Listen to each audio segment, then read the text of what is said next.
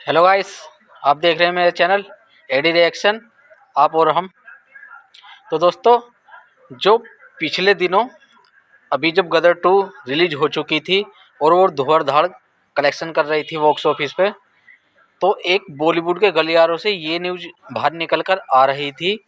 कि सनी देओल को जो राम मंदिर के विषय पे, जो अयोध्या में राम मंदिर बना है उसके विषय पे जो वो चला था केस,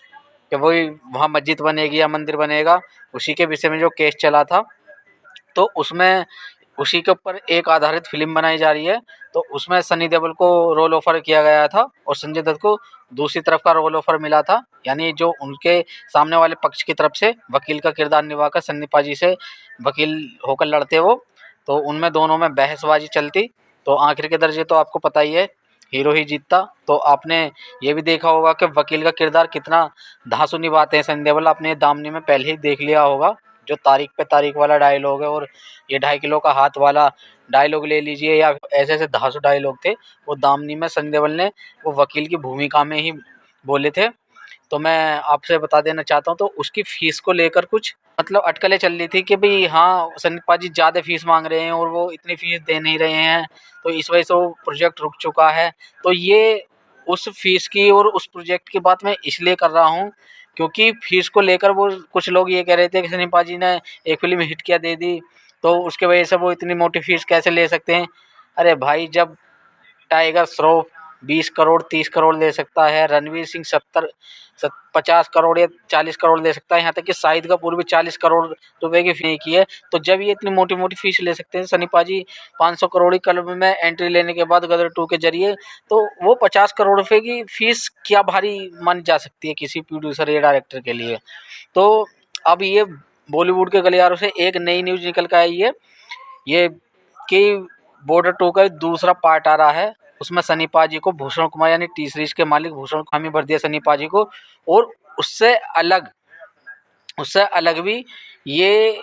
कह दिया है कि भाई जो भी हमें मूवी से प्रॉफिट होगा, जो इसका मुनाफा होगा, उसमें से भी कुछ हिस्सा आपको बाद में दे दिया जाएगा। तो इतनी मोटी रकम देने के बाद भी सनी पाजी को उसका कुछ हिस्सा मिलने वाला है, कुछ मुनाफे में से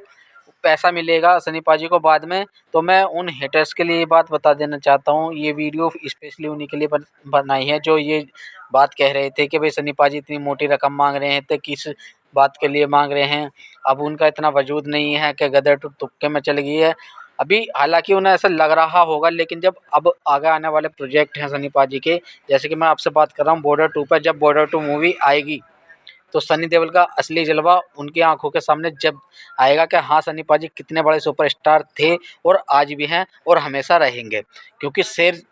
बूढ़ा होने के बाद भी शेर ही रहता, वो गीदड़ नहीं बन जाता। शेर का दर्जा शेर को ही मिलना चाहिए, ये नहीं कि मान लीजिए कोई पहले से रोमांटिक मूवी बनाता आ रहा था कि आज एक्शन करने लग जाए एक दो मूवी के लिए लेकर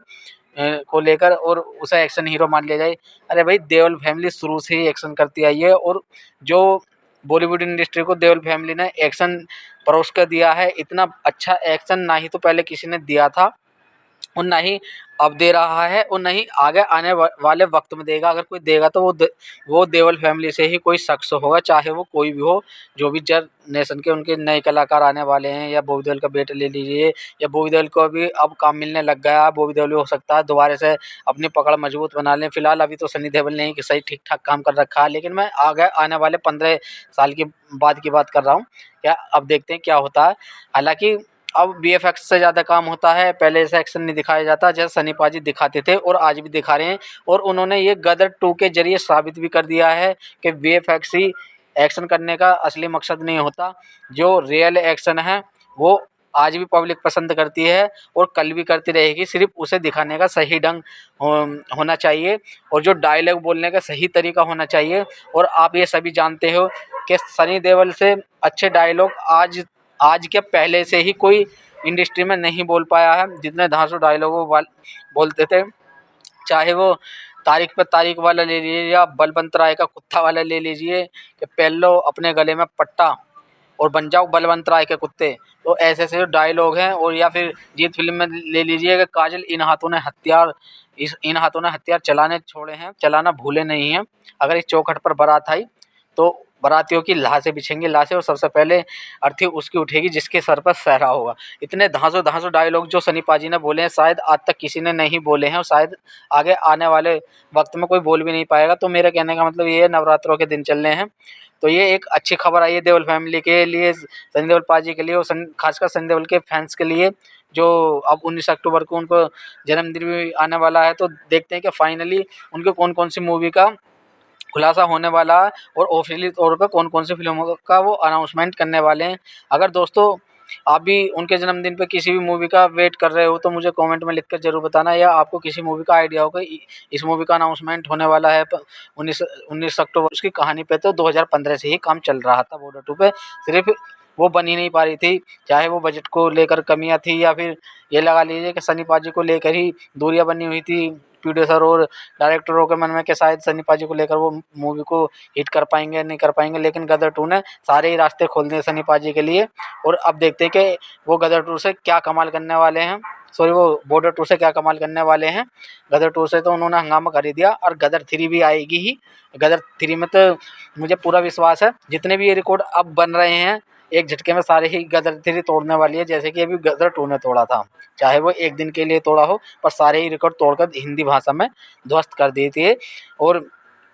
हिंदी इंडस्ट्री की इंडस्ट्रियल हिट बनकर रही थी। ब्लॉकबस्टर ऑल टाइम, यानी जिसे कहते थे कि हिंदुस्तान की असली ब्लॉकबस्टर, वो गदर 2 ही थी। ये बड़े बड़े पोस्टरों में भी आपने देख लिया होगा, बड़ी बड़ी न्यूज़ों पर भी देख लिया होगा, और मुझे पता, आपको भी पता कि सबसे बड़ी जो आज के दौर में हिट है वो गदर 2 ही है। इतने कम बजट में इतना तगड़ा मुनाफा करने वाला, इतना अच्छा एक्टर और डायरेक्टर कोई नहीं है जैसा नील शर्मा सर और सनी पाजी ने करके दिखाया है। तो दोस्तों, अगर ये मेरी वीडियो आपको पसंद आई हो और अच्छी लगती हो तो मेरे वीडियो को लाइक करना, शेयर करना, और कमेंट में लिख कर मेरी कमियों को बता देना, जो मैं आगे आने वाली वीडियो में अपनी कमियां सुधार लूँ। तो सब्सक्राइबर ध्यान करके कर देना, जिससे कि 2-4 सब्सक्राइब मेरे और बढ़ जाए और मैं अच्छी वीडियो आपको ला सकूँ। चलते हैं, मिलते हैं अगली किसी और वीडियो में। जय हिंद, वंदे मातरम, जय माता दी।